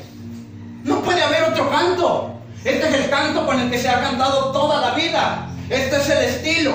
Esta es la forma. Estamos destituidos de Dios. Necesitábamos un Salvador. Yo le digo, ese Salvador ya vino. Y quien le entendió, le entendió. Quien no le entendió, sigue igual. Jesús decía, pero muchos les decía cuando predicaba, no gustarán la muerte hasta que hayan visto el reino de Dios venido con poder. Y yo le digo, Sadrach, Mesach y Abednego gustaron la muerte porque el reino de Dios estaba con poder adentro. Jesús gustó la muerte, y cuando digo muerte, no hablo de la muerte física, hablo de la muerte a inclinarse, de rehusar. ¿Por qué? Porque si no te inclinabas, no ibas a poder sobrevivir. No inclinarse era la muerte. Jesús decía, muchos no participarán de morir hasta que el reino de Dios no se manifieste. Cuando el reino de Dios se manifieste en su interior, cuando Dios se manifieste, vaya que rehusarán la muerte. Entonces verán, entonces entenderán, entonces se darán cuenta lo que han estado haciendo. Entonces podrán ver más a profundidad que esos maliciosos que acusaban a Sadrach, Mesach y Abednego lo hicieron con Jesús. Son los fariseos de los que hemos hablado. ¿Por qué? Porque dictados por la orden que traen programada, decían, no puede ser así, no nos enseñaron así. Fueron a reportarlo inmediatamente. Hay que hacer algo. Y le digo, lo extraordinario es esto. Sadrach, Mesach y Abednego podían ver. Ellos saben por qué lo hacen. Prefieren estar en el horno donde se ha de manifestar el Hijo de la Divinidad. Y podía ser que no, decían ellos, puede que no esté allí, pero preferían seguir a Dios. No por fuera, adentro. Lo traen adentro, lo traen adentro. Eso no necesitan nada, lo traen adentro. Prefieren quedarse allí. Le dijeron, sepas, oh rey, que no nos postraremos a tu imagen, porque esa imagen a la que tiene sometidos a todos, la que hace sus corazones de ellos. Estos pobres hombres que fueron a acusar a Sadrach, Mesach y Abednego, ni cuando los fueron a acusar se desprendían de la imagen. ¿Puede entender lo que estoy diciendo? Llevan la imagen grabada aquí. Tiene que ser así, tiene que ser así, tiene que ser así, tiene que ser así. Con esa imagen mentalizada en el corazón los están acusando. La imagen no era la postración física que hacían. Por eso les digo, todo esto no es físico. Ni siquiera el bautismo físico sirve si no está el Espíritu. Ni siquiera lo físico con la lengua, ni decir Jesús con la lengua sirve, ni Dios con la lengua, ni los cantos, ni las oraciones, ni los ayunos, ni nada sirve. Nada sirve. A no ser que esté la verdad, y cuando la verdad ya está, se cumple lo que estamos anunciando. Estos no podían verlo. Por esa sencilla razón. No pueden darse cuenta. No pueden entender a estos muchachos. Van muy, pero muy lejos. Porque está Dios. Es la diferencia. Y a ellos los han privado de Dios. No estoy condenando a Sadrach, Mesach y Abednego. No condenaron a estos que le fueron a acusar, al contrario. Ellos saben por qué lo hacen. Porque llevan la imagen grabada dentro. A ellos, para poder sobrevivir, esta es la razón por la que los acusaban, para poder tener vida. Los sometieron, los privaron de la libertad desde niños, les obligaron a probarle al rey que pueden postrarse.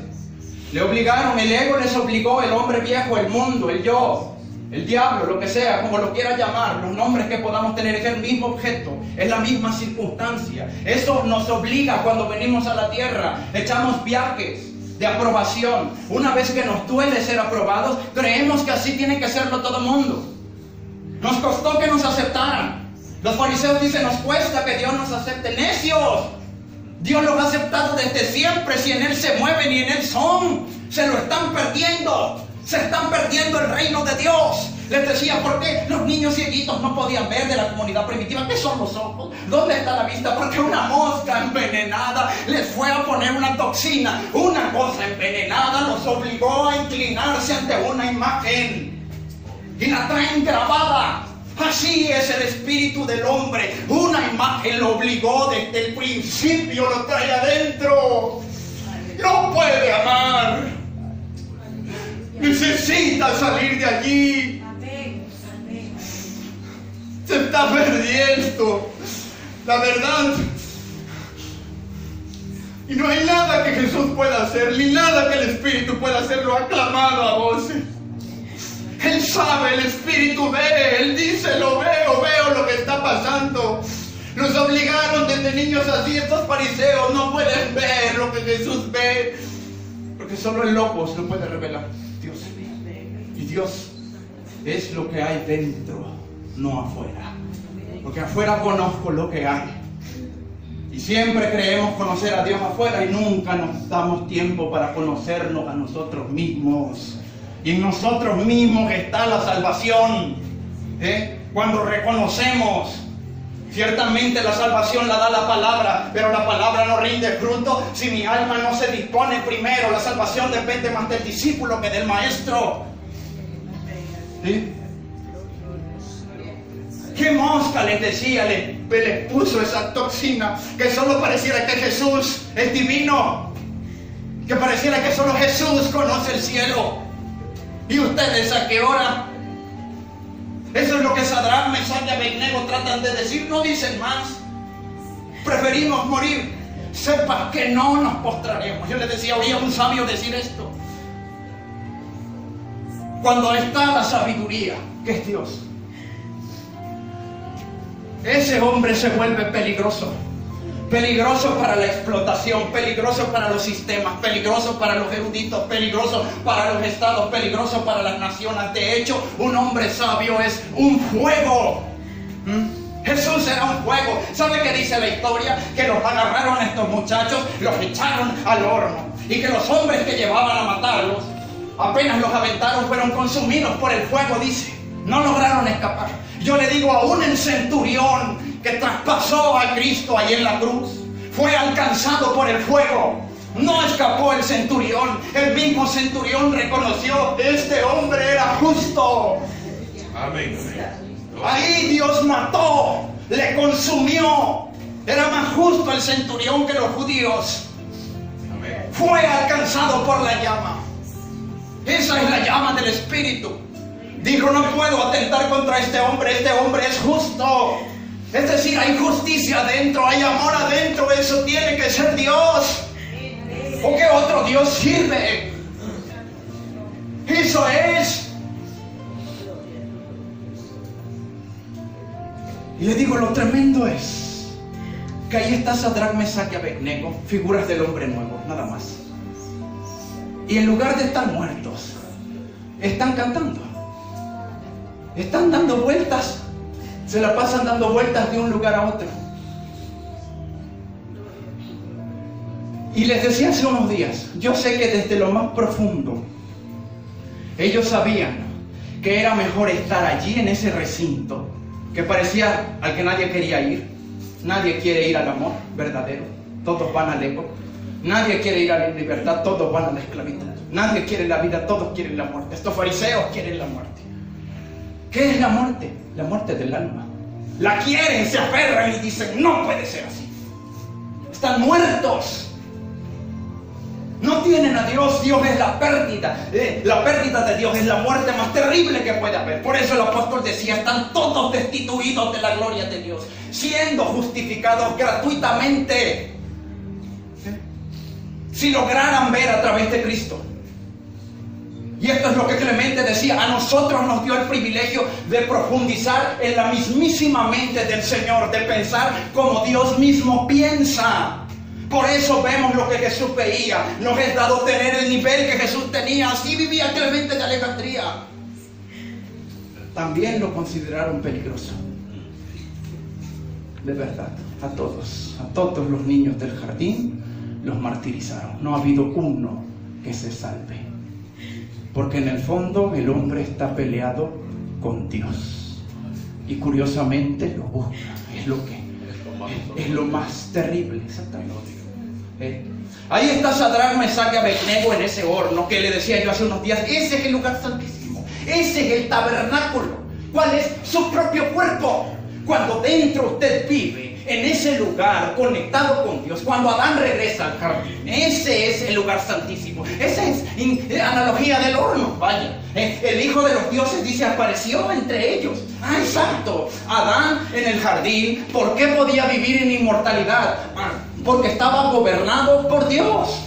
Dios en aspecto era Adán mismo. Adán era figura del hombre nuevo. Adán el del jardín. Ese es el hombre nuevo, el superhombre, el nacido de la divinidad. Ese no conoce la muerte. Esto es espiritual. Ese está vivo porque está alimentado por el Espíritu Santo. El aliento del Espíritu le sopló. Le decía, esto es lo que Jesús hizo con sus discípulos. Le soplaba a ver si captaban. Le sopló, dice, y les dijo, recibid el Espíritu Santo. No recibieron nada en ese instante. Tenían que asimilar todavía todo lo que el maestro enseñaba. Tenían que digerir poco a poco. Fueron hasta que fueron lanzados. Amén. Yo les decía, de modo que si alguno le sopla, puede que se alborote un ratito, puede que si se bautiza también, pero yo estoy seguro que nadie puede dar lo que solo el Espíritu da, la potencia de entendimiento. Nadie. Esa está velada. Eso es lo que Pablo decía, hablamos misterio, hablamos sabiduría solo con los que han alcanzado madurez. Y sabiduría no de este siglo, sino sabiduría profunda, sabiduría trascendental, útil, la cual nos deja Cristo mismo. Esto es lo que Pablo decía, esto es lo que Clemente insistía. ¿Sí? Y le digo, eso es lo sorprendente. Estar en ese recinto es estar en el bautismo. En los fuegos que había, les decía, no le consumieron nada, no tenían olor a fuego. Y le digo, exactamente, así Jesús no tiene olor a muerte, aunque para muchos sí tenía olor a muerte. Por eso mismo el apóstol decía, somos olor a muerte a los que se pierden, no nos pueden oír. Apestamos a muerte, olemos a fuego. No puede el entendimiento seguir ese camino, es profundo. Les digo, pero la situación era esta. Ahí están ellos, es figura del Adán nuevo. Hay una situación. En una ocasión, yo veía unas personas que les decía, tuvieron un presidente que fue diferente al resto de los presidentes, de los mandatarios en el gobierno nacional. Voy a mencionar el nombre, no, de alguna nación del sur. de algún tiempo, no importa el nombre. Este presidente había sido totalmente distinto a lo que habían conocido. Renunció al tremendo porcentaje de los bienes, no recibía sueldo, lo daba a parte del pueblo, resguardaba en su casa a cualquier indigente que anduviera. No quiso limusinas, no quiso casa, nada, su bocho. Un bochito, ese es su estilo. Cuando terminó el mandato, mucha gente le aborrecía. No pueden entender que nazcamos, piensan que es hipocresía. No lo hacen, ni entran, decía Jesús, ni pueden entrar, ni dejan entrar a los que entran. No, les hacen la vida de cuadritos. Hay que hacerles la vida de cuadritos. Pero lo curioso de esta situación es que tiempo después, cuando ya no estaba y ya entró otro, la gente decía, ¿cómo no se volviera a levantar otro mandatario como aquel que hizo tan buenas obras a los ciudadanos, a los demás? Alguien con sabiduría respondió y le dijo, ¿y para qué quieres que se vuelva a levantar otro? Si cuando él estaba y era su líder, se supone, ustedes como pueblo estaban para imitar sus actos, o esperaban que él lo resolviera todo. Él les puso el ejemplo, se desprendió de todo, les puso el ejemplo. Pero un hombre no puede gobernar al país, cada uno es dueño de su propia alma y es responsable de sus actos. Les dijo, ¿acaso no podían ustedes tan solo comprender la intención? Que ahora está este otro y no hace lo mismo y dicen, ojalá viniera, ojalá volviera, lo necesitamos, él era bueno. Y a veces hacemos lo mismo con el maestro. Ojalá volviera, ojalá se exalte, exáltalo dentro. Tienes que convertirte en un Cristo. Tienes que convertirte en amor, eso significa Cristo. Lo vuelvo a insistir, Cristo es hijo, logos, sabiduría, palabra, razón meditada de Dios. Eso es Cristo, es justicia, amor, lo hemos dicho. Eso es Cristo, tienes que convertirte en eso. Y entonces se cumplirá el verso donde estén 2 o 3 reunidos. Será como si estuviera yo en mi nombre. Estarán en mi nombre, en mi representación. Serán otros yo. Cualquiera que reciba uno de estos niños, a mí me recibe. Así pasó con el mandatario. Y hasta la fecha la gente sigue diciendo, ojalá vuelva otro como él. Digo, esto es lo que pasa cuando se admira a un maestro y no se nos toma la importancia de discipularlos. Cuando decimos como los que estaban afuera, qué valientes Sadrac, Mesach y Abednego, qué valientes que se atrevieron. Pero nosotros no, tenemos una imagen, hay que sobrevivir, hay que ser aceptados por los estándares, hay que permanecer rígidos, congelados a la dictadura que ha entrado por nuestros oídos. Le digo, ese pregonero siga cantando hasta el día de hoy, va a seguir cantando. Y nadie puede hacer nada por él porque está dentro de todo ser humano. Solo uno puede hacerlo ver adentro. Esa es la labor de Jesús, es un partero. Trata de sacar al niño, de meter a Sadrac, Mesach y Abednego al horno. Ahí los está llamando, digan, al horno, vénganse, tranquilos, adentro. Y Sadrac, Mesach y Abednego confiados entraron. Yo le digo a ellos, ni con miedo. Sepas, oh rey, que no nos inclinaremos, nos podrá salvar, nos podrá dar algo Dios, nos dará la vida. Y si no nos la diera, no nos importa. No nos vamos a humillar ante tu estatua, no nos vamos a humillar ante tu imagen. Y eso le digo al hombre viejo, no me puedo humillar ante eso. Porque aquellos que vean venido el reino de Dios con poder, gustarán la muerte inmediatamente. Cuando el amor llega, lo muerto se va. Cuando la luz llega, la oscuridad se va.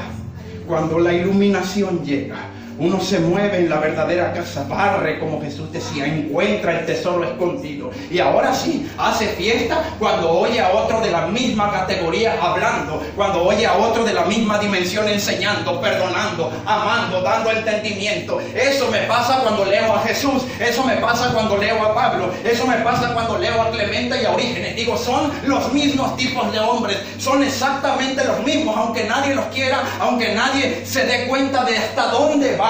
Pero esto es porque Dios escondió las cosas y las reveló a los niños, como Jesús decía.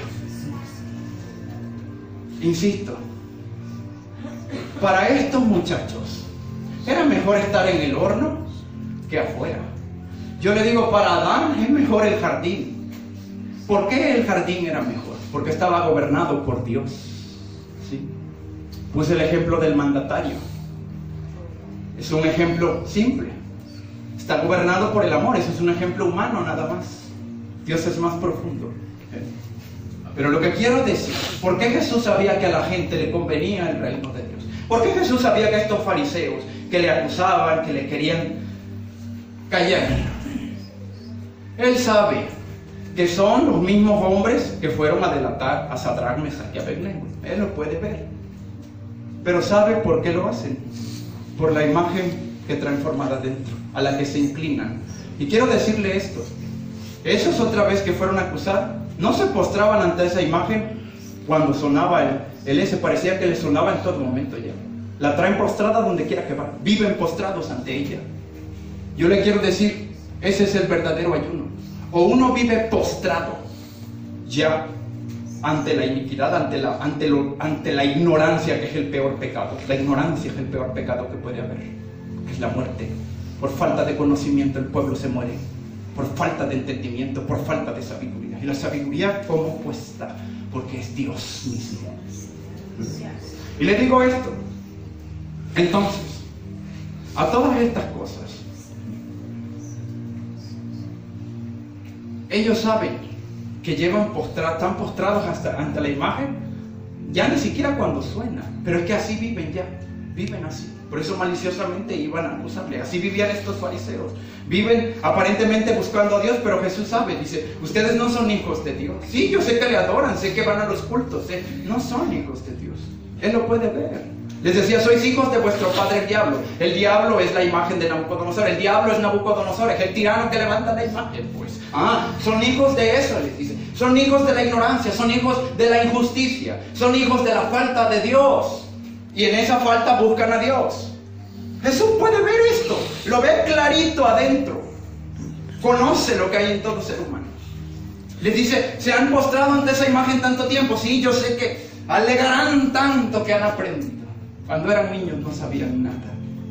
Pero ahora están seguros que no saben. Porque así se los contaron. Yo les digo, si usted oyó el evangelio que anunciaron después de siglos que Jesús lo tuvo, no se va a llevar conmigo. Porque yo vengo directo del Maestro. No puedo tolerar menos. Y el Maestro es Cristo. El Maestro es el Logos. El Maestro es Dios mismo. No afuera. Es dentro. Está hablando a toda hora. Ahí está. Diciéndole a Sadrach, Mesach y Abednego la verdad. Ellos pueden ver. Insisto.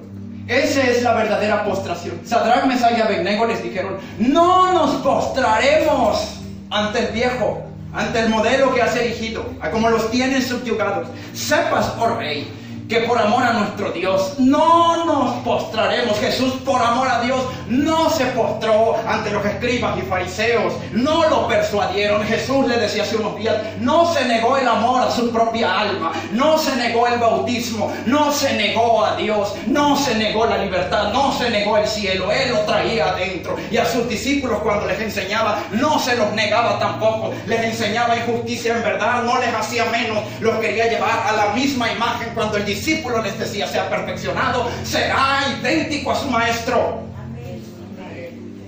Por eso le decía, cuando Jesús estaba, había una iglesia. Y cuando está otra vez, vaya que la hay. Pero no, de nuevo digo, tiene que ser dentro del cuerpo de uno. Uno es Eva. Y Eva no conoce la desnudez de Adán. El varón no conoce la desnudez de su mujer y su mujer del varón. La conoce. Así Adán tiene la mente de Eva la de Adán. Por eso Clemente dice, nosotros podemos penetrar hasta lo más recóndito de la mente de Jesús, por el Espíritu. ¿Sí? ¿Por qué? Porque Jesús no vive postrado como los escribas y fariseos viven postrados. Él no lo va a hacer. No necesita esas cosas. Ya lleva el amor adentro, ya lleva la justicia, ya lleva la verdad, lleva el entendimiento. Es Dios mismo, ahí está. Cuando uno llega a esa dimensión de Adán, decía Pablo, somos templo de Dios. Juan lo insistía también, Jesús lo insistía, todos lo insistían. Cuando el Espíritu bautiza, ese sí sabe bautizar, ese bautiza el Espíritu Santo de fuego, dijo el profeta. Cuando venga, así va a ser. Le digo, eso es vivir postrado. Ahora quiero llegar a este punto. El profeta insistía que el profeta mismo es Cristo. No es el ayuno que yo escogí, decía, que el hombre ponga su cabeza como junco. Eso era postración que hacía. Póstrese de la otra forma. Quien tenga oídos para oír lo que estoy diciendo, oiga. El que pueda entender lo que trato de decir, entienda. Y el que no lo pueda entender, no se turbe. No estoy contra nadie. Les digo, mi misión es llevar a profundidad de entendimiento, nada más. ¿Sí? Esa es la postración más grande que puede haber, la que hicieron estos varones. No, créame, y no se movían. Así era Jesús, así era Pablo. Vaya donde vaya, ellos viven postrados, pero ya viven postrados por eso. Dicen, lo siento, lo que pasa es que estamos postrados de otra manera. Estamos inclinados al amor, estamos inclinados a la verdad, a la libertad, a la justicia. Estamos inclinados al jardín. Yo sé lo que les has hecho. Y esto no es de ahora, hermanos, tienen siglos en esta tierra. Gloria a Dios. Y la gente no lo puede ver. Y los clérigos, cuando se encierran en interpretaciones, no ayudan tampoco. No ayudan. Castigan a los que luego son vistos como mártires. Los castigan severamente. Porque dicen, no es lo que nos han enseñado. No. ¿Cómo puede un hombre como Jesús enseñar algo como lo que los fariseos llevan? A ellos les quitaron el amor, les quitaron la libertad. Él los entiende. Él no los va a condenar. Ellos no tienen a Dios, por eso lo buscan a su manera. Jesús lo tiene. No tiene que buscarlo, jamás lo va a buscar.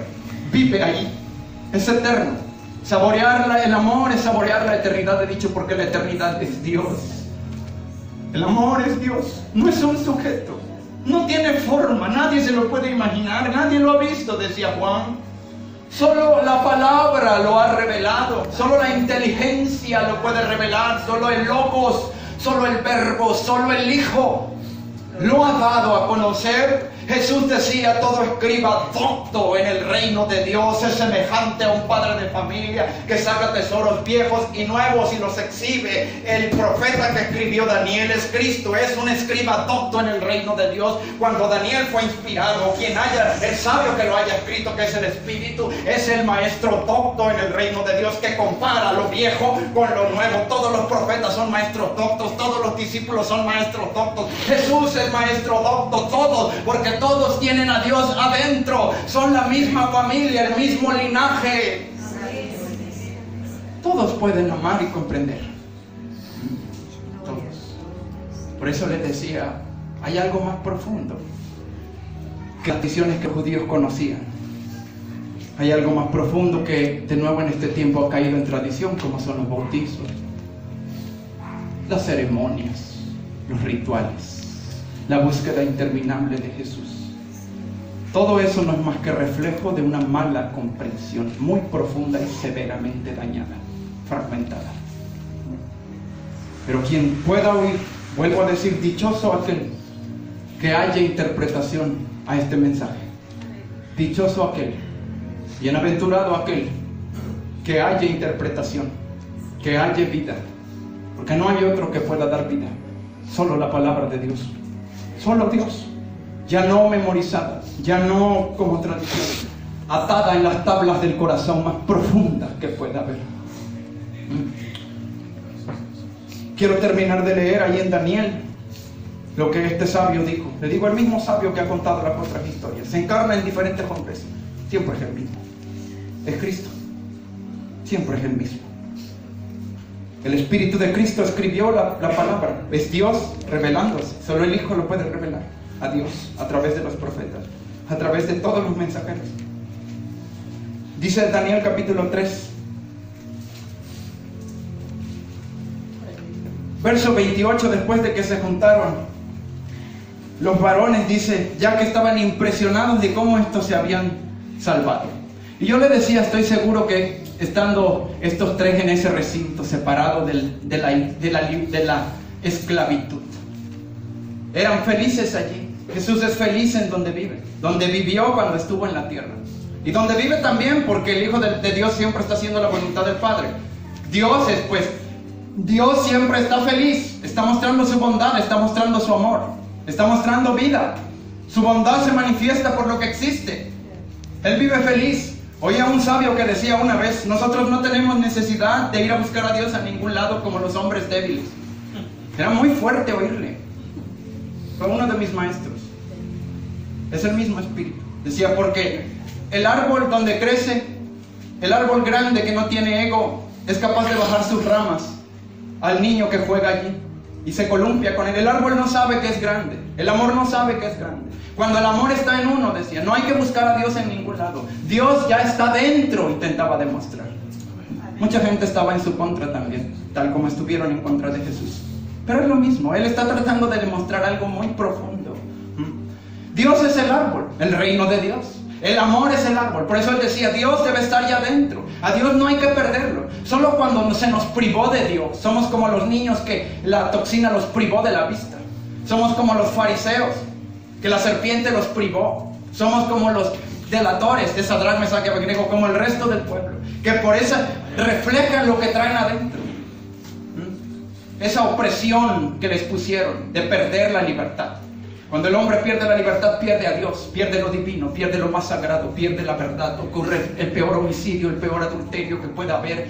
La muerte de la paz del alma, la muerte de la libertad, la muerte de Dios, la muerte del amor. Eso es lo que nos separa de la verdad. Pero le digo, después de que todos estos hombres vieron lo que aconteció, sorprendidos, yo le decía, estoy seguro que Sadrach, Mesach y Abednego querían que todos los del reino se metieran ahí con ellos en el horno. Ojalá todos, hasta el mismo rey que se metiera. Todos tuvieran en libertad. Y mire qué dice la escritura tan tremendo. Entonces Nabucodonosor dijo, bendito sea el Dios de ellos, de Sadrach, Mesach y Abednego, que envió a su ángel. Su ángel es solo el espíritu, que envió a su espíritu, pues, y libró a sus siervos que confiaron en él y que no cumplieron el edicto del rey. Yo le digo, un Adán cuando nace en este mundo, cada que nace un Adán nuevo, cada que nace un Adán postrero, ocurre esto. Nunca los Adanes van a cumplir el edicto. Nunca van a cumplir con la imagen vieja. Jamás. No pueden. Por eso dice, entregaron, dice, observen, y que no cumplieron el edicto del rey. Y entregaron sus cuerpos antes que servir y adorar a otro Dios que es su Dios. Yo les decía en el bautismo, Jesús se convirtió en ese cuerpo al que decían el hijo del carpintero. Ese muchacho entregó el cuerpo a la divinidad. El espíritu estaba a plenitud allí y podía empezar a sacar, a perdonar, a amar, a repartir dicha, a repartir verdad, a repartir bondad. ¿Sí lo vemos? Pero, insisto, la gente no lo vio. Y si nosotros hubiéramos visto al quien llamamos Jesús, tampoco lo habríamos visto. A no ser que ahorita esté viendo la gloria de Dios. Y cuando digo la gloria de Dios, olvídese de mí. Le digo, véala dentro de usted. El Hijo dentro de usted hace las obras. El Hijo hace la gloria de Dios. El Hijo refleja la gloria del Padre. Es la obra del Padre. ¿Dónde está el Hijo? El amor, la justicia. Ese es el Hijo cuando el Hijo se encarna. Si puede ver la gloria de Dios, entonces está ocurriendo lo que describe la palabra de Dios. Entregaron sus cuerpos, dice, antes que servir y adorar a otro Dios que su Dios. Esto no es convertirse en mártir y morir físicamente. Eso lo hace la gente por insensatez que los mata. Ellos cuando entregan el cuerpo, dan la vida, estando aquí es cuando se puede conocer a Dios. Por eso a veces digo, ¿a qué vamos a ir a la eternidad? ¿A pelear con los ángeles? ¿A discutir con ellos? ¿Qué? ¿A codiciarles? No sabemos vivir sencillamente a veces. Estamos aferrados a lo que conocemos. Todo lo que nuestra conciencia sabe, la máxima sabiduría que puede haber, que es Dios, aún está en esta vida. Lo que hay después, como Pablo decía, por espejo, no sabemos. Hasta entonces veremos. Pero ya no depende de nosotros. Sepas, oh rey, que si no, de todos modos no nos postraremos. Me levante de entre los muertos físicamente. Yo no lo puedo hacer. Jesús no se levantó de entre los muertos a sí mismo. Lo levantó la palabra. Tal como Él dijo. Viene la hora en que el Hijo hablará. Y los que oyeren la voz de los sepulcros saldrán. Él fue el primero. Por eso le digo, Jesús murió, Cristo, el Hijo murió en Jesús, mas no el Hijo absoluto. ¿Sí entiende eso? Porque la palabra no puede morir, ¿sí? La inteligencia o Dios no puede morir. ¿Cómo va a morir Dios si Dios es eterno? Por eso digo, hay que ver muy bien a Jesús. Hay que comprenderlo muy perfectamente. Y esto es lo que dice la palabra, entregaron sus cuerpos. Y Jesús se convirtió en un vehículo de Dios. Por lo tanto, dice el verso 29, decreto, esto es tremendo, que todo pueblo, nación o lengua que dijere blasfemia contra el Dios de Sadrach, Mesach y Abednego, sea descuartizado y su casa convertida en muladar, por cuanto no hay Dios que pueda salvar como este. Y yo le digo esto, de verdad, que a cualquiera que blasfema contra el Espíritu Santo no puede ver la verdad y es reo de juicio eterno para siempre, porque solo el Espíritu, estando encarnado, puede empezar a llamar. Si el Espíritu no está, la mente no va a salir de donde está. Por eso quien se atreve a blasfemar contra los profetas, contra Jesús, contra Pablo, solo atentan contra su propia libertad, contra su propia salvación, contra el propio entendimiento, es decir, atentan contra Dios. Dios estaba en Jesús delante de los fariseos, pero ellos no le podían ver, y era gente muy estudiada en las Escrituras, demasiado. Atentaban contra sí mismos, atentaban contra el Dios a quien dicen adorar. Yo sé que posteriormente lo siguieron haciendo y lo siguen haciendo hasta hoy. Pero ¿qué se puede hacer, hermanos? Por eso digo, bien dice la palabra, es perfecta. Cualquiera que blasfeme, dice ahora el nuevo edicto, sea descuartizado y sumergido hasta el muladar, que es el estiércol, es la muerte. O sea, en otras palabras, viva desecho. Y en una ocasión y otra he dicho, hay algo que nace y muere en todo ser humano cuando viene a esta tierra. El ego nace y el ego muere. El ego es un mendigo, el ego es un miserable, el viejo hombre es un miserable, la esclavitud es un miserable, la mente enjaulada es una miserable, eso, el diablo es un miserable, la maldad es miserable, la malicia en el corazón, la falta de paz es miserable, la falta de la verdad, de la verdadera riqueza, el que mendiga riqueza porque carece de ella, ese es miserable, pero no porque no hay riqueza, la verdadera riqueza está dentro. Rico no es el que más tiene, no es el que más tiene, sino el que menos necesita. Eso es rico verdaderamente. Y el que tiene a Dios, ese tiene riqueza, que es la verdadera riqueza. Y cualquiera dice que no pueda, pues tendrá que ser descuartizado y sometido hasta el muladar. Y le digo, créame que así. Ahora cambia el edicto. Ahora es al revés. Quien no se meta al horno con estos muchachos y con este hijo de los dioses que está allí, que se fusionó con ellos, quien no se meta, sea maldito, dice el rey. Y por eso digo, ojalá el rey, el que dictó esto, pudiera verlo. Lo está dictando dentro del entendimiento de la humanidad todos los días. Ese pregonero no se calla, pero es responsabilidad de cada uno. Amén. El que tenga oídos para oír, oiga. Recordarles y repetirles, acuérdense muy bien de esto que hablamos. El Hijo hace las obras de Dios afuera, pero el Hijo no es un hombre, no es una persona, es una inteligencia indescriptible. Es el verbo que existe desde que todo existe hasta que todo exista, vaya. El Hijo, o llamémoslo la mente razonada de Dios, con su mente Dios muestra su bondad. Sin su mente no puede mostrar las obras de bondad. Así Sadrach y Mesach y Abednego, con la mente de Dios, mostraban mansedumbre y bondad. Jesús. Pero dése cuenta cómo los acusadores no tienen esa mente. ¿Con qué mente están formados? ¿Qué imagen muestran? Muestran otra imagen, muestran la imagen que les han impuesto, muestran la imagen forzada a postrarse, a guardar, a ser aprobados. Son esclavos de la búsqueda de aprobación. Han sido formados con otra imagen. Es esa imagen del hijo caído, de Adán caído. ¿Sí lo ven? De modo que cuando el Hijo está, decía Juan, hay vida. El que tiene al Hijo tiene la vida. Es decir, el que tiene la palabra, el que tiene la inteligencia de Dios hablando en su corazón, tiene la vida. ¿Y cuál es la muestra? Las obras de Dios tiene. Las obras del Hijo. Cuando el Hijo está en un cuerpo, las obras de Dios están. Bondad, amor, justicia. ¿Sí lo ven? Si no está ese Hijo, Y está el otro hijo, que es la otra voz, la voz del otro Dios, del Dios de este siglo, decía Pablo, del tirano Nabucodonosor. Está sonando la corriente de la citara. No pueden hacer las obras del hijo. Hacen las obras que les han educado. ¿Qué hicieron? Fueron y los acusaron, los señalaban, porque están envenenados sus corazoncitos. Lo mismo pasó con los fariseos. Decían conocer a Dios, pero como decía Pablo, con sus hechos lo niegan. Porque el hijo no es alguien a quien adorar afuera. De hecho, no necesita hacerlo. Es algo que se experimenta adentro, en todo el cuerpo, en todo el ser. Es el amor experimentado. Eso es el hijo. No es un personaje. Nunca lo ha sido. Nunca lo encierren en un cuerpo. No habita en cosas hechas por hombres. Él es desde el principio y hasta el fin. Es Dios mismo. Por eso Dios es uno. No lo dividamos en tres. Si hijo se manifiesta de esa forma, es solo un método, una analogía de enseñanza. Padre, Hijo y Espíritu Santo. No son tres sujetos. Son analogías para explicar algo. ¿Sí? Padre, afuera lo podemos ver, fuerza invisible.